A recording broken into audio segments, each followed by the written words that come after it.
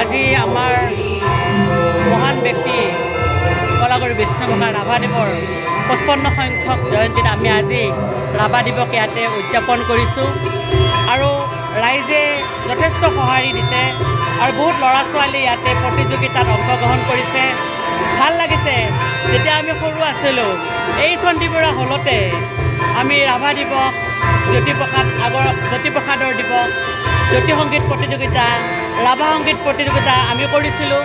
সেই তাহানিৰ চণ্ডীবুৰা হল তেতিয়া এনেকুৱা নাছিল, আমি কৰিছিলোঁ আৰু ইমান সুন্দৰভাৱে তেতিয়াও ল'ৰা ছোৱালীবিলাকে অংশগ্ৰহণ কৰিছিলে আৰু বহুদিন যেন বিৰতিত দেখিছোঁ যে ইয়াত প্ৰগ্ৰাম নহয়। আমি সাংস্কৃতিক মহাসভা হাউলি শাখাই সিদ্ধান্ত ল'লোঁ, যিহেতু এতিয়া সকলোতে পানীও হৈছে আৰু ইমান সুন্দৰ ইয়াতে এৰেঞ্জমেণ্ট আছে, যিহেতু চেয়াৰৰ পৰা আদি কৰি এখন মঞ্চ আমি মানে এটা সঠিক দিশত আমি ইয়াক প্ৰয়োগ কৰিব লাগে বুলি অনুভৱ কৰিছোঁ, যাতে চণ্ডীবুৰা হলটো মৰহি নাযায়, হাউলিৰ ৰাজা চণ্ডীবুৰাৰ নামটো যাতে অটুট থাকে আৰু এনেকুৱা স্বনামধন্য ব্যক্তিসকলৰ যাতে প্ৰগ্ৰেমবিলাক ইয়াতে হৈ থাকে আৰু উঠি অহা প্ৰজন্মই যাতে এওঁলোকক চিনি পায়।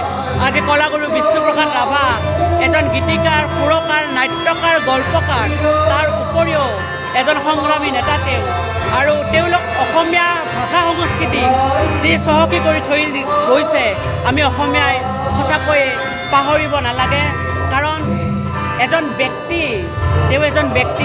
তেওঁ কোনো জাতিক প্ৰতিনিধিত্ব কৰা নাছিলে। এজন ব্যক্তি হিচাপে তেওঁ সকলো মিলা প্ৰীতিৰে জাতি, জনজাতি, বৰ্ণ নিৰ্বিশেষে সকলোৰ লগত লগ হৈ যি একতাৰ এনাজৰীৰ বাট তেওঁৰ ভাষা সংস্কৃতিৰ জৰিয়তে তেওঁ দেখুৱাই থৈ গৈছে, সেই সংস্কৃতি যে এজন ব্যক্তিয়ে অসমীয়া সাহিত্যৰ সংস্কৃতিক এনেদৰে আগবঢ়াই লৈ গৈছিলে, সেইখিনি উঠি অহা প্ৰজন্মক আমি দেখুৱাব পাৰিছোঁ। এটা সামান্য প্ৰয়াস আমাৰ ৰাইজে সহযোগ কৰক আগন্তুক দিনতো, আৰু এই আমাৰ ৰাজহাউলিৰ যি গৌৰৱ চণ্ডীবুৰা হলটোক সঁচাকৈয়ে সৎভাৱে ব্যৱহাৰ কৰক, তাৰে কামনা কৰি আপোনালোকক ধন্যবাদ জনাইছোঁ। ইয়াতে আহিছে আৰু সকলো হাউলিবাসী ৰাইজক ধন্যবাদ জ্ঞাপন কৰিছোঁ। ধন্যবাদ।